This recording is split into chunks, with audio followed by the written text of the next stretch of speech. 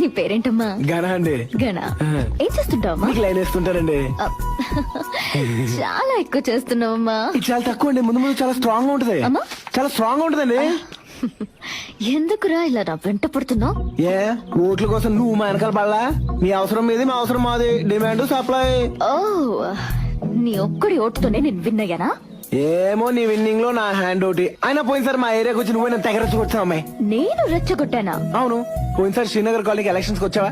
వచ్చాను. Topless jeep ఎక్కావా? ఎక్కాను. నా ప్రేమన ప్రజలారా అన్నావా? అన్నాను. మ్వా! అన్నావా?